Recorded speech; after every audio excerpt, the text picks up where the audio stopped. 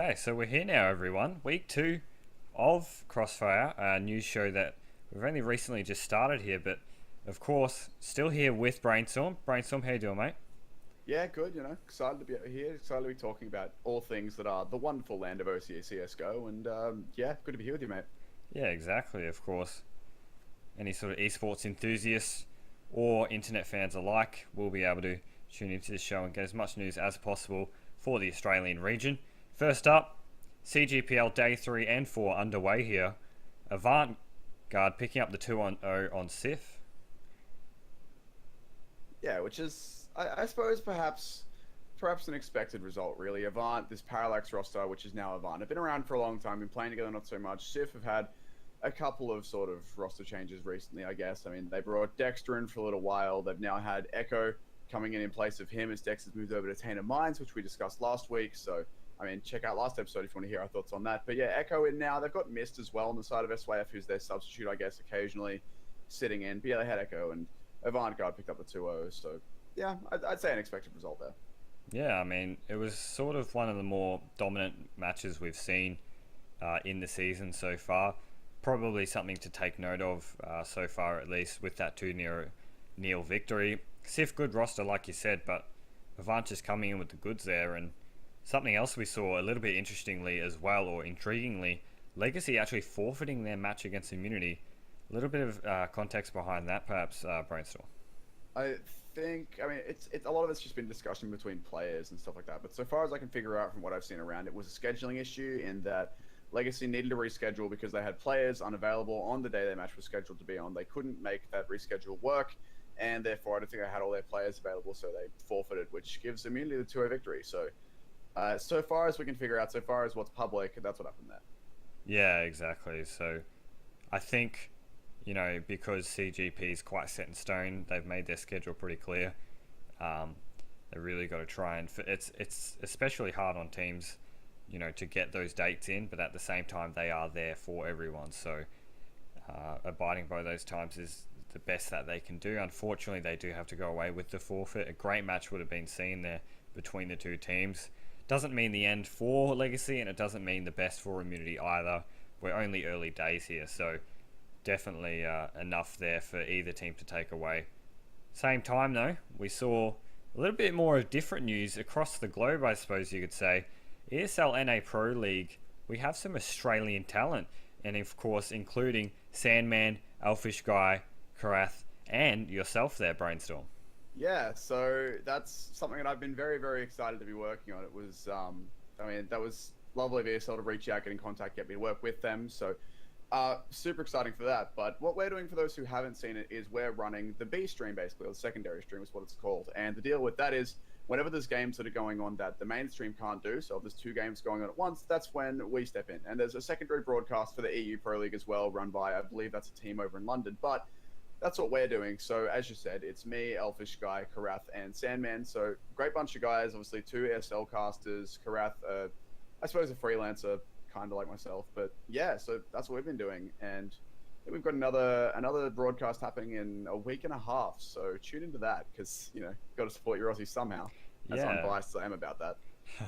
Well, that's exactly it, right? It's Australia casting matches here. So we said before, Sandman, Elfish Guy, Brainstorm, Karath, that's a pretty beefy lineup. And for Australia, it's all about making that good impression because we are hitting the global scale with those NA matches. B stream at that, nevertheless, it still is global matches. So it's really important that these guys do have a good impact on the North American region. And so far, I've actually been really enjoying those matches and tuning into them. So great opportunity for Australia, and hopefully it can continue a little more. But in terms of more Australian news we can talk about, we actually have seen Athletico announcing their ASUS and BLK Sport sponsorships here. So one coming from ASUS, a brand that we're sort of familiarized with, and one from a not so familiar BLK sporting brand here, Brainstorm. Yeah, so I mean, ASUS, of course, we've seen them all over the scene sponsoring a bunch of people. They've been really involved in CSGO recently. I mean, if you look at the international scale, they had their ASUS ROG Champions, whatever it was. I can't remember exactly what it was called, but that was the thing over in Sweden. We actually did have Australians there. It was the ones where you had some pros or former pros making their own teams, and local talent getting involved in that. And actually, on that note, we had the Australian team, which was led by Sponge. One of the players in that is actually on Team Legacy. That was Dioxide going over for that. So there you go. There's a nice Australian link for you. But, we've seen ASUS everywhere in esports, and a lot in CSGO actually, sponsoring teams, doing all that sort of stuff. But BLK are a newer one, and they're going to be, I believe, a jersey sponsor, as they're a sportswear, like apparel manufacturer. So I think they're going to be making Athletico's jerseys going forward, because previously, so far as I know, Athletico have just had like the black T-shirt with the logo here. So I assume they're going to get an actual professional jersey made up, and that's what BLK are going to be doing.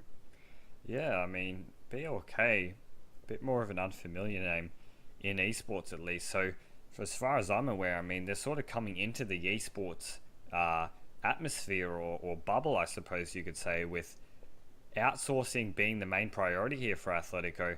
It's a bit of an interesting take for organizations alike, looking for these outside sponsors. I mean, I personally think it's a great sort of thing for esports to be bringing money in rather than using its own money amongst the scene. Do you have any sort of opinions along with that in terms of outsourcing sponsors here, Brainstorm? Well, it's interesting, actually. We've seen it a couple of times, both in Australia on the local level and, I suppose, internationally. I mean, in terms of outsourcing sponsors, just to clarify what we mean there, bringing in, I suppose, non-esports related sponsors, of course. The typical esports sponsors you see, if you go back 12 months, maybe 18, you get any professional sports player and say, hey, mate, can you turn around so I can see the back of your jersey? You're going to be seeing Corsair, you're going to be seeing SteelSeries, Intel, ASUS, maybe, just all computer parts manufacturers, I guess, and a lot of that sort of thing. Whereas now we're starting to see these companies, like I said, with BLK coming in, that aren't necessarily esports companies. I mean, also in Australia, we've got Avant have recently announced their big sponsorship with Maxibon. To look more internationally and on an even larger scale, we've had SK stepping in with Visa and Astralis partnering with Audi. We're starting to get, both here and everywhere in CSGO, I suppose the bigger money coming in from outside of esports. And in my opinion, that's great. Of course, any money really is good money. And I suppose it's going to help the scene that we have more widespread recognition as well. Because if you think about it, with a big company like, I don't know, we'll go with Maxibon for an Australian example. Say on their Twitter account, they suddenly tweet out, hey guys, we know you all love our ice cream. How about you check out this esports team we sponsor? Maybe a lot of those people who follow Maxibon on Twitter, I don't even know if Maxibon have a Twitter account. I'm going to assume they do because everyone else seems to. Maybe they're just following them because they like the delicious ice cream. But all of a sudden now, hey, there's more exposure for esports. So in my mind, it's additional money, it's additional exposure. It can only be a good thing. Yeah, exactly. And I really think it helps legitimize us as an esport, or just esports in general, I should say, because having these outside sponsors showing that interest in esports is really good, like you said, for exposure, for influx of money. So, I mean, overall, really great stuff. And hopefully we get to see more outsourcing, which we've seen here from Athletico and BLK Sport respectively. Let's move a little bit more further into Australia and esports alike. We have ESEA Premier, Chiefs and Legacy topping the leaderboards here. We're only a few matches in, however, 4-0 on top here, Brainstorm. Yeah, so it's been a good play so far for both these guys. So I've got the stats up here. We have, of course, ESEA Premier, as talked about last week, does its week of maps, I should say. So we had Nuke the first week. We've had Dust 2 now going by as well. And, of course, as a side note, goodbye, Dust 2. It's been fun having you. We're now going to have Inferno in your place. I believe that is the end of Dust 2 in terms of ESEA Premier. But, so we've had those two maps now. So both Legacy and Chiefs here have taken the 2-0 on Nuke and 2-0 on Dust 2. So to go through those matches in a little bit more detail, Chiefs, I think, looking a lot better. On Nuke, they played against SYF and Noxide, getting those wins 16-4, 16-5. On Dust 2, they played against Cypher and Alpha Sydney, winning 16-8 and 16-2, respectively. So some good opponents in there, of course. We've got some CGP sort of level teams, really, pretty much across the board. Team Noxide, I believe, are playing in CGI this season, so maybe a little bit further down, but Div 2 still nothing to shake your head at. Over on the side of Legacy, again, we saw that double Nuke, double Dust 2 matchup, with their wins being against Cypher 16-6, Avant-Garde 16-8 on Nuke, and SYF 16-9, and Jam 16-12 on Dust 2 as well. So perhaps not as dominating a scoreline across the board for Legacy. So, I mean, maybe perhaps not as strong opponents as well, but still good opponents on both sides. But the really interesting thing out of this is, as of the time of recording this video, tomorrow night, it's going to be Chiefs and Legacy facing off. So I guess so far in ESEA-P, we've had these two sort of dominant teams established. And now, tomorrow night, we're going to get this clash of the Titans where they take each other on head on. Now, I'm not sure what map it's going to be for that. Actually, I can have a look. Looks like it'll be on Cache. Yeah. So, I mean, that's probably a good map for both teams. And it's definitely, I suppose, one of the 3 OCE standard maps, I guess, along with, I suppose you could argue, Dust 2 and Mirage. But that's going to be, I suppose, sort of the clash of the Titans. Going to see who's going to be on number 1, because, of course, only one team can continue undefeated so far after that matchup. So that'll be really good to see. Yeah, of course. And you've sort of indicated a little bit before what differences these two teams have, despite having 4-0 victories. Chiefs looking pretty dominant, like you said, with those 16-8, 16-2 sort of scorelines, which is really good to see from them. Of course, we know they're a pretty strong nuke team, so we give them that reason for it. But yeah, they'll be matching up together tomorrow night, actually, which I'm really interested to see. I think Chiefs have a really good chance here. Cache, I should say, is certainly not a map that they shy away from. So when they come up against Legacy, both teams need to be basically on full flex and full charge, I should say, because it really will be a clash of the Titans, something that you've said before. Yeah, I mean, Personally, I think I'd tip Chiefs to take it out, but Chiefs versus Legacy, definitely, both of them very good teams. Legacy, a newer roster, but, they've come out of nowhere pretty much really quickly. I mean, they've made it through the Zen League Open qualifiers. They made it to Zen offline despite not making it any further. They've had, they're 4-0 in ESEA Premier. They're definitely not, I suppose, even though they're new, they're not inexperienced, I guess I would say. So it'll be interesting to see how that one plays out on Cache. Yeah, so be sure to tune into those matches tomorrow. Stepping over now to the WPGI side of things here, we've actually seen an announcement from them, which will be a 4-team LAN, and top 4 teams will be paid for in flights and accommodation. On the outside looking in here, Brainstorm, any general opinions here? Well, I mean, I'm going to touch on paid thoughts and accommodation first. Yeah. In terms of the LAN, 4-team LAN finals, top 4 from the league. Playing off for the maximum prize pool. That's fairly standard, so I guess not too much we need to discuss there apart from good format, keep doing it. But for paid flights and accommodation, I think in general it's a good thing. Of course, it depends. As long as it doesn't detract from the prize pool, in my mind, it's a good thing. It's like, hey, we can do, and this isn't the case here, just to be clear, I'm being hypothetical, but if an organizer comes out and says, hey, we can do a $15,000 prize pool, or we can do $10,000 and everyone gets their flights and accommodation paid. I mean, it depends on where the teams are from as well. If it's a team who's already on the Gold Coast, they'll be like, no, we want the higher prize pool. If there's maybe a team from Perth, they want the flights. It depends. But so for domestic events, I don't know. I guess it just depends on how local the teams are, of course. For international events, of course, paid flights and accommodation is great. And I think we're seeing a lot of that in terms of the bigger international events anyway. So it's certainly something that I'm happy to see WPGI stepping up and providing. So it just means that, we're taking ourselves as a scene a little bit more seriously. Yeah. We're starting to provide perhaps the same amenities and facilities that would be provided to the top tier international teams and traveling overseas. So, yeah. Yeah, exactly. And development in Australia, especially with these paid flights and accommodation, really does help just about all sides of the coin here, especially for the players. We know they, or players and organisations, I should say, rather, because, we know they do invest a lot into these sorts of things. Flights and accommodation can sometimes be expensive, but at the same time, it's going to help, set the standard here for Australia, because we have seen it in the past here with, North America, Europe, perhaps even some other countries to a certain extent. So with Australia legitimising themselves a little bit more on the global scale with those paid flights and accommodation is certainly good, and I really look forward to more of that in the future. But let's talk a little bit more about WPGI here. Top 4 do get LAN, which we've just said before.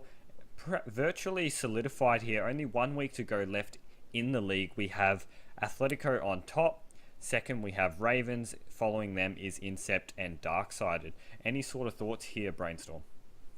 Well, for one, at the moment, Athletico are completely untouchable. Athletico female, that is. I mean, they're sitting up on 4-0. I believe they're something like plus 35 in terms of round win-loss, which is pretty ridiculous. So they're untouchable. Ravens 3-1. Their only loss, I believe, has been at the hands of Athletico, and they played each other. I think it was last week. So I think that wound up being a 16-12 or something along those lines. Don't quote me on that. It was something similar. It was a pretty close game, but still a win for Athletico. So Athletico untouchable. Ravens right behind them. Now Incept and Darksided are both 2-2.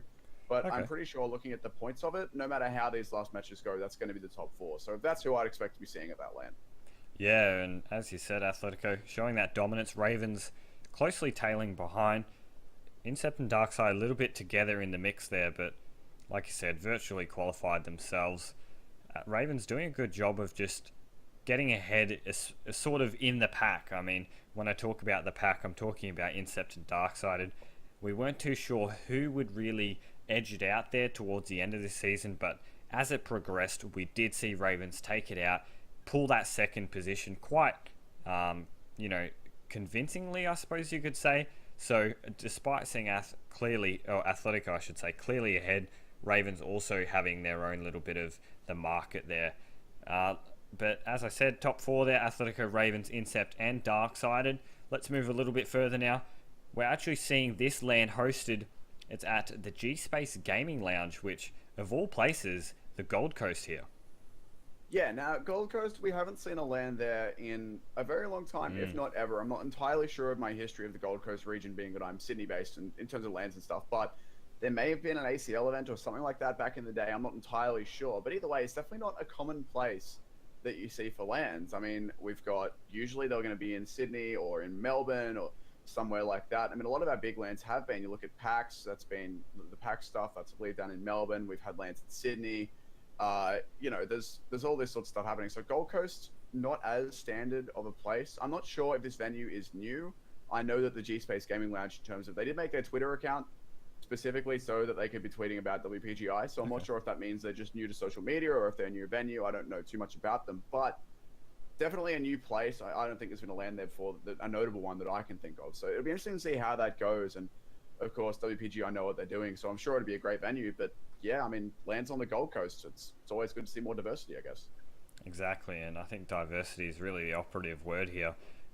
We've seen a lot of traffic being strung through, Sydney and Melbourne, which, to be perfectly honest, is quite expected knowing our mass population in those two areas. But at the same time, seeing a couple LANs outside that area just shows a little bit more diversity for Australia, and it will help, sort of bring more talent in, I suppose you could say, where more teams can compete, and it generally just shows a better, spread across the board performance in terms of tournament organisers and LAN hosting. So, I mean, definitely good stuff for them there. Gold Coast, I'm looking forward to seeing how that pans out because, like you said, not many LANs we've seen in the past from them. But what I will say, for our last piece of news here today, everyone, we've actually got something just hot off the press here. Are you sitting? This one's tense. It's a pretty massive announcement, so make sure that you are firmly gripped to your chair. Winterfox announcing the implementation of Raz to the lineup here, Brainstorm. What? I know, completely mind-blowing here. It was been under the rug for so long, but it rears its nasty head, and Raz here in the lineup in place of Dexter. Oh, such a well-kept secret. I mean, no one had any idea it was coming at all. I mean, it's worth noting just how long they actually took to announce this. This has been rumored for, I think, and if you don't follow the Australian scene, probably a month or two now. Yeah, ridiculously long. It's been a long time, and I mean, it was going into Pro League before they finally confirmed who their roster was going to be. And to be quite honest with you, I wasn't sure until I saw Raz in the server, and I was like, there we go. I guess Raz to Winterfox is finally official. But yeah, so he's finally with them now. As I just said, his first event with them was ESL Pro League, which I casted, which is why I'm talking about it. But I believe they went up against CLG, and I think got beaten 2-0 by a CLG that actually looked very good. I mean, not sure they'll look in future with Sub Rosa leaving, but that's not Australian CSGO. We don't care about that. The point is, Raz finally into Winterfox, so we'll have to see if he can sort of, I suppose, integrate himself going forwards. I mean, he's been such a big talent earlier in CS, I guess, in past versions as well. I mean, we saw, I think it was like late 2015, early to mid 2016, Raz was just absolutely insane. So we'll have to see if he can sort of hit that form again, hit his stride again, and get going with Winterfox around him.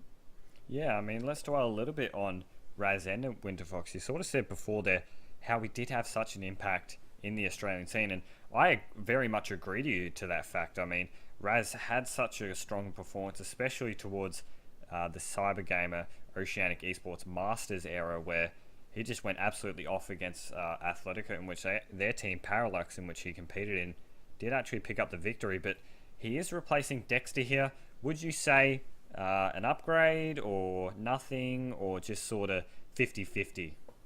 I'd say it's pretty even at the moment. I mean, Okay. Dexter, he definitely started out well in Winterfox. Towards the time when he was Yep. leaving, I didn't watch too much of the games. I think he was starting to fall off a little bit. And of course, Raz, he's been, I guess, a bit absent from Div 1 sort of play, I guess, in recent times. And I haven't seen him playing too much recently. So I think, I'm not sure, honestly. I don't think I've seen them play head-to-head too much. Just on my opinions, I think, like, on fire, best form Raz is going to be better than best form Dexter. I see. But we'll have to see how it works out. If nothing else, it's not a downgrade. We'll just have to see if Raz can hit his stride, I guess. Yeah, so only a matter of time to tell there, of course, for Raz. Interesting point to make, of course, as well. He has been competing with sort of like that APOC, off-new sort of, what's Zeusy as well, sort of line up together. So perhaps a little bit more chemistry there than we'd expect from maybe Dexter or some other players. But like I said, only time will tell here, especially for the ESL NA Pro League in which they are competing in. But as far as this show is concerned, ladies and gentlemen, we are done here for today. Of course, I have been joined here by Brainstorm, my lovely guest, partner in crime, I suppose you could say, but at the same time here, thank you everyone for watching, and be sure to tune in next week. Our Twitter handles are below on screen, which you can follow us on our social medias, but nevertheless, tune in next week.